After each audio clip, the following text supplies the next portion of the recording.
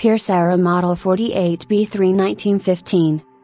That the Pierce Arrow of Buffalo descended from a company that originally manufactured birdcages is among the more charming footnotes to American automobile history, charming because of what the Pierce Arrow was, one of the stellar three Ps, with Peerless of Cleveland and Packard of Detroit, in the U.S. luxury car field.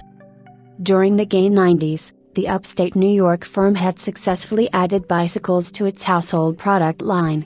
Its first automobile, however, a steamer, was a failure.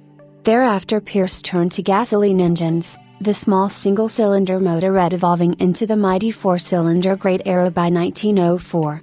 Beginning in 1905, a Great Arrow won the inaugural and three subsequent Glidden Tours. These victories brought the company national fame.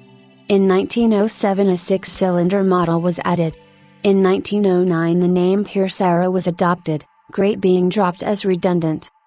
By 1915, when this $4,900 runabout with Victoria top was marketed, Pierce Arrow had built its 12,000th car, a production figure exceeded only by Packard among U.S. luxury car manufacturers. Pierce Arrow had also become the car of choice for U.S. presidents, starting in 1909 when William Howard Taft added two Pierce Arrows to the White House stable. The presidential preference lasted until Pierce was ousted by another of the three Ps, Packard, in the Hoover era 2 decades later. Painstaking attention to detail was a Pierce Arrow hallmark, as was a curious amalgam of the progressive, the conservative and the eccentric. Extensive use of aluminum, power braking and hydraulic tappets were areas in which Pierce Arrow pioneered.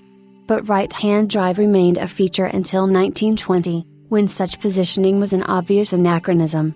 The Pierce Arrow's most famous idiosyncrasy, the fender-ensconced headlamps, endured from 1913 to the end. The end came in 1938.